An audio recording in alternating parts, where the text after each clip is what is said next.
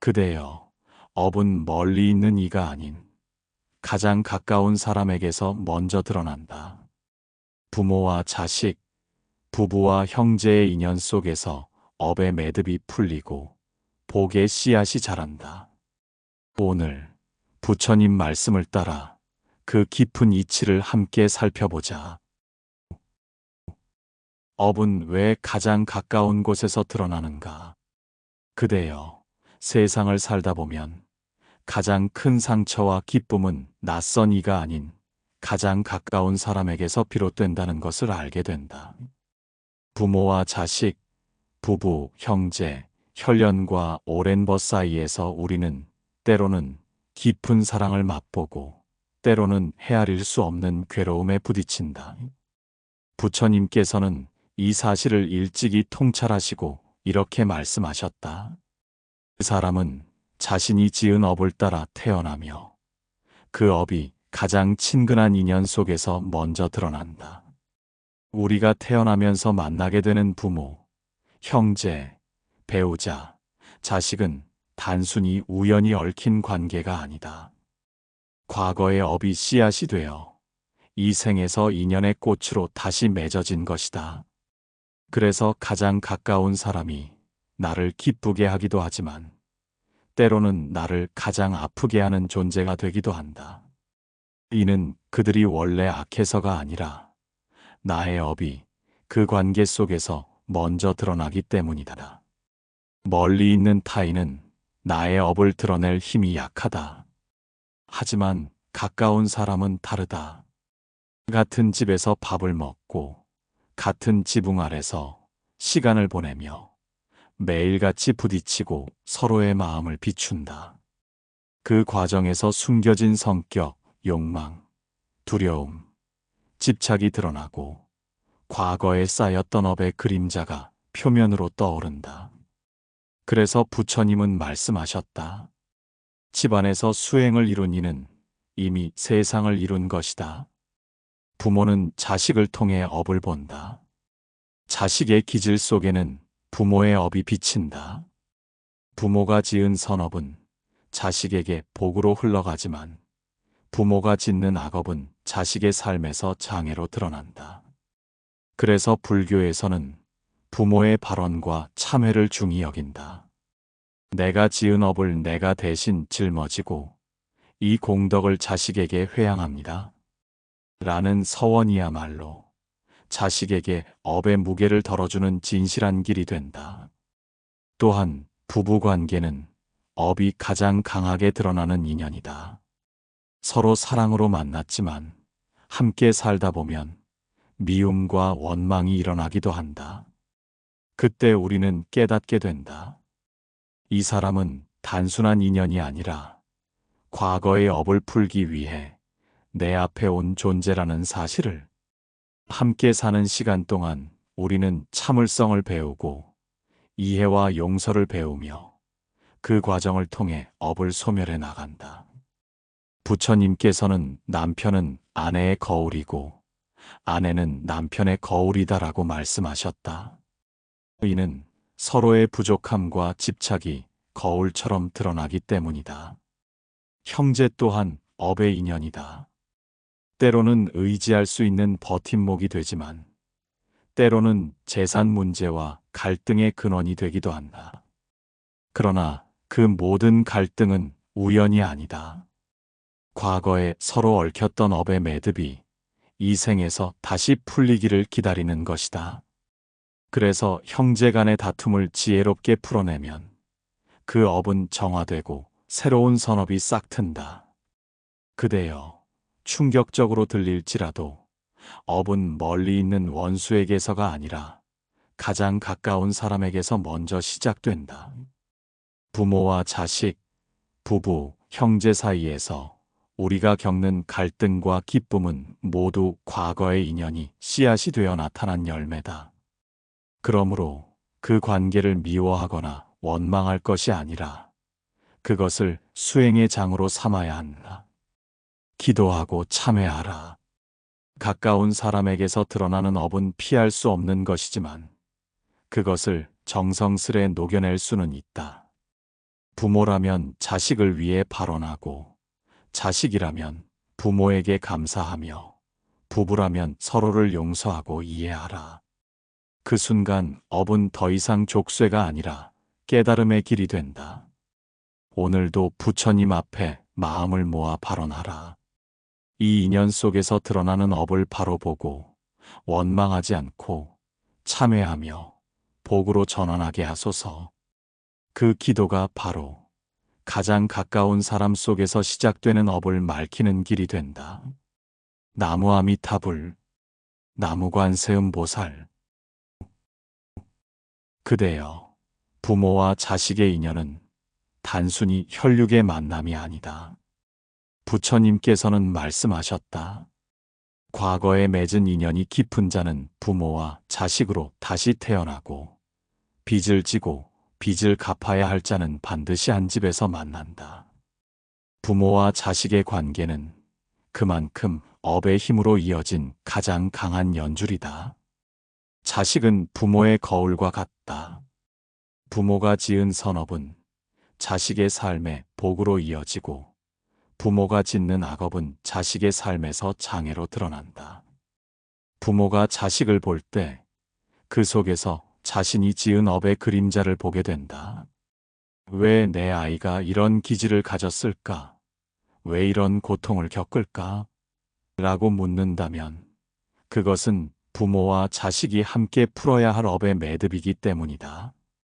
불교에서는 업이 단절되지 않는다고 가르친다. 부모가 지은 업은 피와 뼈를 통해 자식에게 전해지고 마음의 습관을 통해 길러진다. 그래서 부모가 탐욕과 분노와 어리석음에 갇혀 산다면 그 그림자가 자식의 삶에도 들이운다.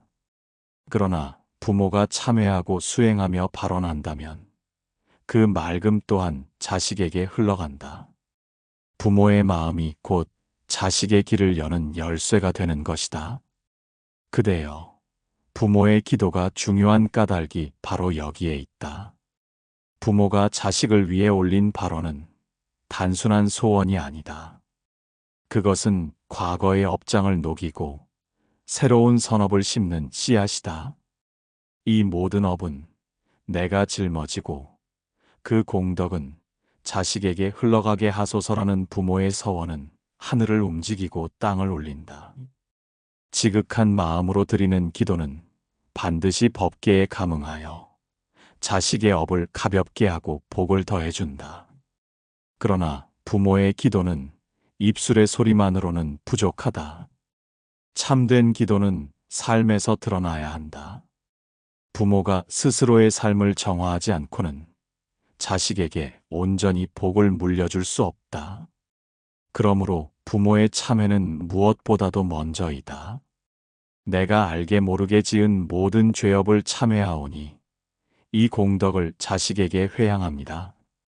이렇게 기도하며 부모 자신이 탐진치를 줄여나갈 때 자식의 업장도 함께 녹아내린다. 자식은 부모의 등을 보고 자란다. 부모가 기도의 등불을 밝히고 자비의 길을 걷는 모습을 보여줄 때 자식은 자연스럽게 그 길을 따라간다. 부모가 지닌 습관 하나, 말 한마디, 표정 하나가 자식의 인생의 씨앗이 되어 자란다. 그러므로 부모의 수행은 곧 자식의 복을 짓는 행위다. 부처님께서는 이렇게 말씀하셨다. 부모가 지은 공덕은 자식에게 돌아가고 자식이 지은 불선은 부모의 마음을 무겁게 한다. 이는 부모와 자식이 한 몸처럼 연결되어 있음을 드러낸다. 부모가 복을 짓는 순간 자식은 그늘에서 벗어나고 부모가 어리석음에 빠지는 순간 자식의 길도 막히게 된다. 그대여, 부모와 자식의 인연 속에서 드러나는 업은 결코 우연이 아니다. 과거의 빚이 있기에 부모로 태어나기도 하고 갚아야 할 인연이 있기에 자식으로 오기도 한다. 어떤 자식은 복을 갚으러 오고 어떤 자식은 빚을 받으러 온다. 그러나 부모가 참회하고 기도하면 그 빚은 갚아지고 원망은 풀리며 인연은 새로운 복으로 전환된다. 그러니 부모의 마음을 더욱 굳건히 하라. 자식의 삶에서 보이는 고통과 장애를 원망하지 말고 그것을 수행의 기회로 삼아라. 자식이 나에게 온 이유를 바르게 보라. 그 속에서 업의 매듭을 풀고 복의 씨앗을 심어라. 오늘도 두 손 모아 발언하라. 이 아이가 지혜를 잃지 않게 하소서. 이 아이가 자비를 지니게 하소서. 이 아이의 업장이 높고 복덕이 자라나게 하소서. 그 순간 부모의 기도는 업의 흐름을 바꾸고 자식의 인생을 새롭게 쓰게 될 것이다. 나무아미타불, 나무관세음보살. 그대여, 인생에서 가장 가까운 인연을 꼽으라면 단연 부부와 형제일 것이다. 이 인연은 우연이 아니라 과거 생에서 맺은 업의 결실이다. 부처님께서는 말씀하셨다. 깊은 인연은 부부로 만나고 얕은 인연은 이웃으로 스친다. 즉, 부부는 헤아릴 수 없이 깊은 인연이 있기에 같은 길을 걷게 된 것이다. 부부의 인연은 때로는 달콤하고 때로는 쓰디쓰다. 처음에는 사랑과 설렘으로 만나지만 시간이 흐르며 서로의 업이 드러난다. 함께 살며 기질과 습관이 부딪히고 때로는 다툼과 원망이 생긴다. 그러나 이 갈등은 단순한 불화가 아니라 과거에 맺힌 업의 매듭이 다시 드러난 것이다. 부처님께서는 부부의 갈등조차 수행의 장으로 보셨다. 남편은 아내의 거울이고 아내는 남편의 거울이다. 이 말씀은 서로가 서로의 업을 비추는 거울이라는 뜻이다. 부부관계 속에서 우리는 인내를 배우고 용서를 배우며 자비를 배우게 된다. 만약 갈등을 원망으로만 대한다면 업은 더 단단히 묶인다. 그러나 갈등 속에서도 참회와 이해를 배운다면 그 업은 풀려나고 새로운 선업이 싹튼다. 그러므로 부부는 서로의 스승이자 수행의 동반자라 할 수 있다. 형제의 인연 또한 업으로 맺어진다. 형제는 함께 자라며 삶을 공유하고 같은 부모 밑에서 자라기에 비슷한 환경과 업을 나눈다. 그러나 바로 그렇기에 형제 간에는 미묘한 갈등이 자주 생긴다. 재산 문제, 비교심, 오해와 서운함이 서로의 마음을 가로막는다. 하지만 이건 역시 과거의 업이 풀리길 기다리며 드러나는 과정이다. 불교에서는 형제를 공덕을 함께 나누는 벗이라 하였다. 함께 자라며 서로의 기쁨과 슬픔을 나누는 인연이기에 갈등을 지혜롭게 풀면 그만큼 업이 소멸된다. 만약 형제를 원망만 하고 끊어내버린다면 그 업은 다시 이어져 다음 생에서도 반복될 것이다.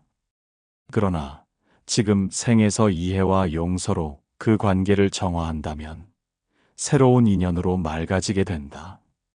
그대여, 가까운 인연일수록 업이 강하게 드러나는 법이다. 멀리 있는 사람과는 갈등이 깊지 않지만 부부와 형제는 다르다. 날마다 함께 부딪히고 서로의 삶을 깊이 공유하기에 업의 매듭이 그만큼 강하게 나타난다. 하지만 동시에 이 인연은 업을 풀 수 있는 가장 좋은 기회이기도 하다. 가까운 사람 속에서 업을 녹이면 멀리 있는 수많은 인연까지 함께 맑아지기 때문이다. 그러니 부부와 형제 사이에서 일어나는 갈등과 시련을 단순히 불행으로 여기지 말라. 그것은 과거의 빚을 갚을 수 있는 기회이며 업을 복으로 바꿀 수 있는 수행의 길이다. 원망과 다툼 속에서도 기도와 참회를 이어가라. 이 인연 속에서 드러난 업을 바로 보고 미워하지 않고 용서하며 복으로 전환하게 하소서. 이렇게 발언할 때 그 관계는 더 이상 짐이 아니라 수행의 길이 된다. 오늘도 두 손 모아 기도하라.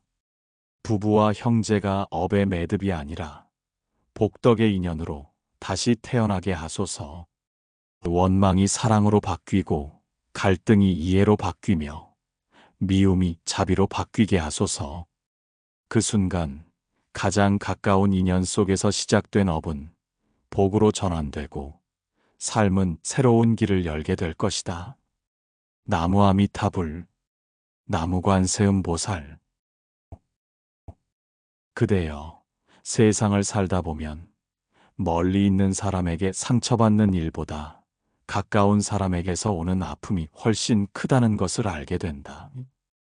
왜 그럴까? 부처님께서는 이치를 이렇게 풀어주셨다. 업은 인연이 깊은 곳에서 먼저 드러난다.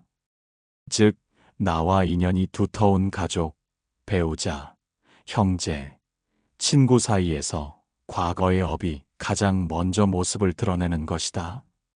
멀리 있는 사람과는 스쳐 지나가듯 얕은 인연만 나눈다. 그러니 업의 무게가 드러날 필요도 없다. 하지만 가장 가까운 이들은 전생에서 이미 깊은 업으로 얽혀 있기 때문에 다시 만나 그 매듭을 풀어야만 한다. 그래서 가까운 사람일수록 나를 괴롭히기도 하고 나를 성장시키기도 한다. 부처님께서는 말씀하셨다. 원수는 먼 곳에 있지 않다. 원수는 곧 너와 함께 밥을 먹고 같은 집에서 숨 쉬는 이 속에 있다. 이는 원수가 꼭 적대적 존재라는 뜻이 아니라 내가 풀어야 할 업이 가까운 인연 속에서 먼저 나타난다는 가르침이다. 그대여, 가까운 사람에게서 업이 시작되는 까닭은 세 가지가 있다. 첫째, 마음이 자주 부딪히기 때문이다. 매일같이 만나고 생활을 함께하고 대화를 나누며 서로의 마음을 깊이 드러내기 때문에 업이 가장 먼저 드러난다. 부모와 자식, 부부와 형제 사이에서 사소한 말과 행동이 깊은 상처가 되는 이유가 여기에 있다. 둘째, 과거의 빚이 가장 많이 쌓여 있기 때문이다. 부모와 자식은 전생에서 서로에게 빚을 주고받았기에 다시 만난다. 어떤 자식은 은혜를 갚으러 오고 어떤 자식은 빚을 받으러 온다. 부부 또한 전생의 업으로 다시 이어진 인연이다. 그래서 가까운 관계에서 업이 강하게 드러나는 것이다. 셋째, 수행의 기회가 가까운 곳에 있기 때문이다. 업은 단순히 괴롭히기 위해 드러나는 것이 아니다. 그것은 깨달음으로 가기 위한 수행의 장으로 펼쳐진다. 가까운 사람 속에서 업이 드러나야 내가 그것을 참회하고 자비를 배우고 용서를 실천할 수 있다. 그대여, 그렇다면 우리는 어떻게 이 업을 받아들여야 할까? 원망으로 받아들인다면 업은 더 커지고 새로운 고통이 이어진다. 그러나 수행으로 받아들인다면 업은 복으로 전환된다. 부모와 자식의 갈등이 참회의 기도가 되고 부부의 다툼이 인내의 수행이 되며 형제의 다툼이 용서의 길이 된다. 가까운 사람과의 갈등 속에서 기도하고 참회하는 것이야말로 업을 녹이는 가장 빠른 길이다. 불교에서는 회향을 가르친다. 내가 수행하고 기도하여 쌓은 공덕을 가까운 이들에게 회향하는 것이다. 이 모든 업은 내가 짊어지고 그 공덕은 자식에게 흘러가게 하소서. 이 고통을 내가 대신 감내하오니 배우자의 길이 평탄해지게 하소서. 이렇게 발언할 때 업은 단순한 고통이 아니라 자비와 복덕의 씨앗이 된다. 그대여, 충격적으로 들리겠지만 업은 가장 가까운 사람에게서 시작된다. 그러나 바로 그 가까운 사람을 통해 우리는 가장 빨리 깨달음에 다가갈 수 있다. 멀리 있는 이와는 얕은 수행밖에 할 수 없지만 가까운 이와의 갈등 속에서는 깊은 참회와 자비를 배운다. 그래서 부처님께서는 가장 가까운 인연을 수행의 장으로 삼아라라고 하신 것이다. 오늘도 두 손 모아 기도하라. 내 곁에 있는 이와의 갈등 속에서 업을 바로 보고 원망 대신 참회를 배우며 미움 대신 자비를 심게 하소서. 그 순간 가까운 사람에게서 시작된 업은 복으로 바뀌고 내 삶과 가문은 새로운 길을 걷게 될 것이다. 나무 아미타불, 나무관세음보살. 그대여, 업은 반드시 열매를 맺는다. 부처님께서는 말씀하셨다. 짓는 업은 물 따라 흐르는 배와 같아 반드시 그 끝에 이른다. 즉, 선업은 복으로 이어지고 악업은 고통으로 이어진다. 그러나 불교에서 강조하는 바는 업이 이미 지어졌더라도 참회와 기도를 통해 그 무게를 가볍게 하고 새롭게 전환할 수 있다는 것이다. 사람들은 종종 이미 지은 업은 어쩔 수 없다고 생각한다. 하지만 참된 수행자는 업의 굴레를 운명처럼 받아들이지 않는다. 오히려 정성 어린 참회와 기도로 업의 힘을 바꾸고 그 과보를 완화하며 새로운 인연을 열 수 있음을 깨닫는다. 이는 단순한 위안이 아니라 부처님께서 가르치신 진리이다. 그대여, 참회란 무엇인가? 참회는 단지 잘못을 인정하는 것이 아니라 마음을 맑히는 청정의 길이다.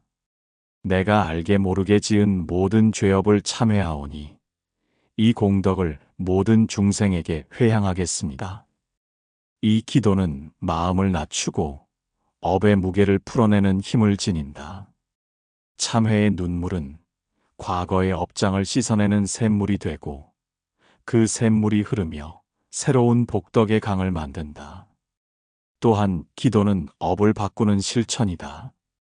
부모가 자식을 위해 발언하며 이 아이의 업은 내가 짊어지고 복은 아이에게 흘러가게 하소서라고 기도하는 순간 그 지극한 마음은 법궤를 올린다. 지극한 기도는 단순한 소원이 아니라 업을 전환하는 보살행이다. 부처님께서는 지극한 발언은 반드시 천지를 감동시킨다고 하셨다. 기도 속에는 업을 바꾸는 힘이 있다. 참회와 기도는 함께할 때 더욱 강력하다. 참회는 업을 씻어내고 기도는 새로운 씨앗을 심는다. 참회로 과거의 업을 정화하고 기도로 미래의 선업을 심는 것이다. 그러므로 매일 잠들기 전 두 손 모아 참회하고 아침에 눈 뜨면 발언하는 습관은 삶의 흐름을 바꾼다. 작은 습관이 큰 운명을 만든다. 그대여, 업은 가까운 사람에게서 먼저 드러난다 하였다. 그러나 바로 그 가까운 인연 속에서 참회와 기도를 실천할 때 업은 복으로 전환된다. 부모와 자식 사이의 갈등은 참회의 기도로 녹아내리고 부부 사이의 원망은 발언의 기도로 자비로 바뀐다. 형제 사이의 다툼은 회향의 기도로 새로운 인연으로 태어난다. 가까운 사람에게 드러난 업은 괴로움의 씨앗이기도 하지만 동시에 복덕의 밭이 되기도 한다. 오늘 밤 잠들기 전 마음을 모아 이렇게 기도하라. 내가 지은 모든 업을 참회합니다. 이 고통의 인연을 원망하지 않고 수행의 기회로 삼겠습니다. 이 공덕을 자식과 가족, 이웃에게 회향합니다. 이 기도는 업을 무너뜨리는 칼이 아니라 업을 녹이는 햇살이다. 업은 싸워 이겨야 할 적이 아니라 자비로 품어야 할 그림자다. 그대여, 참회와 기도는 우리를 자유롭게 한다. 업의 사슬은 두꺼워 보이나 진실한 눈물 한 방울과 발언의 한 마디가 그 사슬을 끊어낸다. 그러므로 두려워하지 말라. 업은 결코 숙명이 아니다. 참회와 기도로 그 무게를 줄이고 수행과 보시로 그 흐름을 바꾸면 업은 오히려 깨달음으로 가는 디딤돌이 된다. 오늘도 두 손을 모으고 숨을 고르며 기도하라. 그 순간 이미 업은 가벼워지고 새로운 길이 열리고 있다. 나무 아미타불, 나무 관세음 보살. 그대여, 우리는 살아가며 수많은 사람을 만나지만 결국 나를 울리고 웃기는 이는 가장 가까운 인연들이다. 부모와 자식, 부부와 형제, 그리고 오랜 벗이 그렇다. 앞서 말했듯 이 인연들은 과거의 업으로 이어져 다시 만난 것이다. 그러나 부처님께서는 말씀하셨다. 업은 지은 대로 따르지만 서원은 업의 흐름을 바꾼다. 즉, 가까운 인연 속에서 드러난 업도 우리의 발언과 서원을 통해 복으로 전환할 수 있다는 가르침이다. 업은 우리를 묶지만 서원은 우리를 자유롭게 한다. 원망과 미움 속에 머물면 업은 더 단단해진다. 그러나 이해와 용서, 자비의 서원을 세우면 업은 서서히 노가복으로 바뀐다. 부모는 자식을 향해 발언하며, 부부는 서로를 위해 참회하며, 형제는 다툼 속에서도 용서를 배우며, 그렇게 가까운 인연은 고통의 장이 아니라 복덕의 밭으로 변한다. 그대여, 서원이란 단순한 소망이 아니다. 서원은 곧 삶의 방향이며 수행의 힘이다. 부모가 이 모든 업은 내가 짊어지고 그 공덕은 자식에게 흘러가게 하소서라고 서원하는 순간 업은 더 이상 고통만이 아니라 자비의 길이 된다. 부부가 이 갈등을 원망하지 않고 함께 수행의 인연으로 삼겠습니다라고 서원하면 그 관계는 족쇄가 아니라 깨달음의 거울이 된다. 형제가 과거의 원망을 끊고 서로에게 복을 나누겠습니다라고 서원하면 그 인연은 새로운 시작을 맞이한다. 불교에서는 회향을 가르친다. 내가 닦은 공덕을 다른 이에게 돌려주는 것이다. 가까운 사람에게 회향하는 순간 그 공덕은 더욱 커진다. 부모가 자식에게 회향하고 자식이 부모에게 회향하며 부부와 형제가 서로에게 회향할 때 그 가문은 업장을 소멸하고 복덕을 쌓는다. 그 회향의 힘이야말로 가까운 인연을 복으로 바꾸는 가장 큰 길이다. 그대여, 충격적으로 들리겠지만 업은 가장 가까운 사람에게서 시작된다.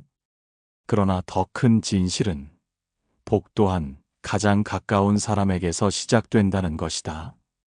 가까운 인연 속에서 우리가 참회하고 기도하며 서원을 세울 때 그 순간부터 삶의 방향은 바뀐다. 업의 무거움이 복의 씨앗이 되고 괴로움의 인연이 깨달음의 길이 된다. 오늘도 두 손을 모아 이렇게 서원하라. 이 인연 속에서 드러난 업을 복으로 바꾸겠습니다. 이 모든 원망을 자비로 바꾸고 이 모든 고통을 깨달음의 길로 삼겠습니다. 이 공덕을 부모와 자식, 부부와 형제, 모든 인연에게 회향합니다. 그 서원이 곧 등불이 되어 내 삶을 밝히고 가문을 밝히며 나아가 세상을 밝힌다. 가까운 인연 속에서 시작된 업은 결국 복으로 전환되고 그 복은 세세생생 이어져 모두를 부처님의 길로 이끌 것이다. 나무 아미타불, 나무 관세음 보살.